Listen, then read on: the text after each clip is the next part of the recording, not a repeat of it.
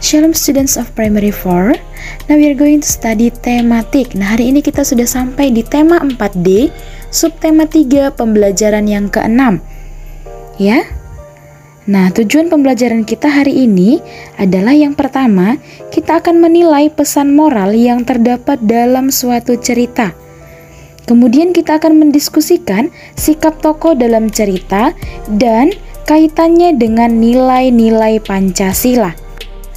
Nah, setiap cerita itu biasanya memiliki unsur-unsur pendukung yang melengkapi cerita tersebut, seperti tema, tokoh dan penokohan, alur, latar, sudut pandang, dan pesan moral. Ini kemarin sudah kita pelajari ya nak ya.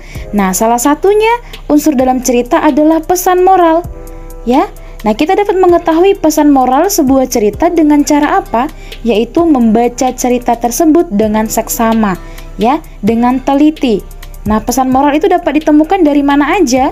Dari watak tokohnya, cara tokohnya menyelesaikan sebuah masalah. Ya, kita dapat melihat dari sudut tersebut. Nah, anak-anak teacher, tahukah kamu cerita mengenai Malin Kundang?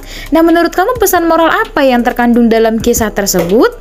Ya, pesan moral dari cerita Malin Kundang itu adalah kita harus hormat dan berbakti kepada orang tua dan tidak boleh lupa diri ketika sudah meraih kesuksesan. Nah, ada banyak sekali dongeng yang mengisahkan tokoh-tokoh dengan pekerjaan tertentu mereka. Nah, salah satu kisah yang paling sering diceritakan adalah kisah kehidupan petani. Sekarang anak-anak teacher coba baca dongeng tentang kehidupan seorang petani berikut ini ya, yang berjudul Pak Tani yang Baik Hati.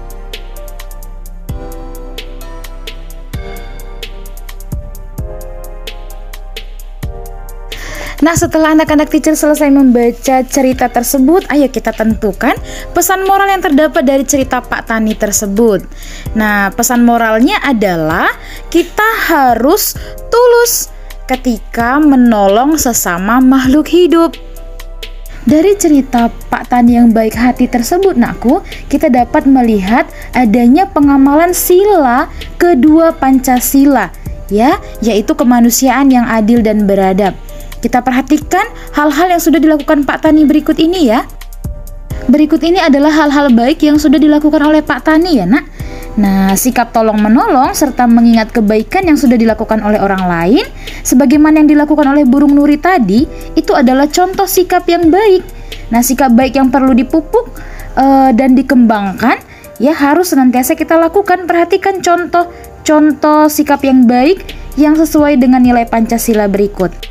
Contoh perbuatan baik yang pertama adalah membantu adik belajar, kemudian menghargai pendapat orang lain, bangga memakai produk dalam negeri, menghargai dan menghormati orang lain. Nah, itu adalah contoh-contoh dari sikap baik yang sesuai dengan nilai-nilai Pancasila.